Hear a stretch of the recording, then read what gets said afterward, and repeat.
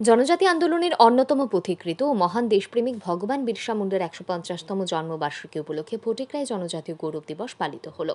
ফটিকরায় মণ্ডল জনজাতি মোর্চার উদ্যোগে জুড়িছড়া বাজার প্রাঙ্গণে অনুষ্ঠিত এই অনুষ্ঠানে স্থানীয় মানুষ সহ বিভিন্ন সংগঠনের নেতৃত্বরা উপস্থিত ছিলেন। অনুষ্ঠানে প্রধান অতিথি হিসেবে উপস্থিত ছিলেন স্থানীয় বিধায়ক তথা রাজ্যের প্রাণী সম্পদ বিকাশ, তপশিলি জাতি কল্যাণ ও মৎস্য দপ্তরের মন্ত্রী সুধাংশু দাস। এছাড়া উপস্থিত ছিলেন জনজাতি মোর্চা ঊনকোটি জেলা সভাপতি পূর্ণমোহন দেববর্মা, ফটিকরাই মণ্ডল সভাপতি তরুণ কুমার দাস, জনজাতি মোর্চা মণ্ডল সভাপতি লগ্নমণি রিয়াং সহ অন্যান্য নেতৃত্বরা।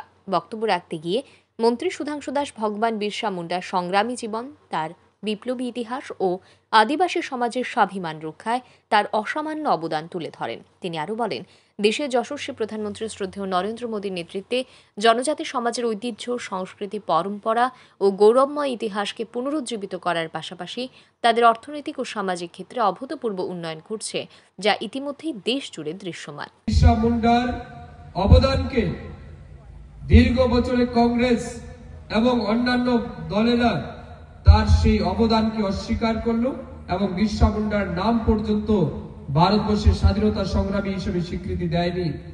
কিন্তু আমাদের ভারতবর্ষের যশস্বী প্রধানমন্ত্রী নরেন্দ্র মোদীজি দায়িত্ব নেওয়ার পরে তিনি বলছেন যে আমাদের দেশের স্বাধীনতার জন্য যে সমস্ত অগণিত মানুষ নিজের প্রাণ দিয়েছে, নিজ নিজ জায়গায় অনবদ্য আন্দোলন করেছে, তাদের স্মরণ করতে হবে, তাদের শ্রদ্ধা জানাতে হবে। এবং সেই কারণেই ভগবান বিরসা মুন্ডার জন্মদিন 15 নভেম্বর, এই দিনটাকে পুরো ভারতবর্ষ আজ জনজাতি গৌরব দিবস হিসাবে উদযাপন করছে। অনুষ্ঠানে জনসাধারণের উপস্থিতি ছিল চোখে পড়ার মতো। আর পুরো অনুষ্ঠান জুড়ে বিরসা মুন্ডার প্রতি শ্রদ্ধা ও জনজাতি গৌরবের আবেগময় পরিবেশ সৃষ্টি হয়।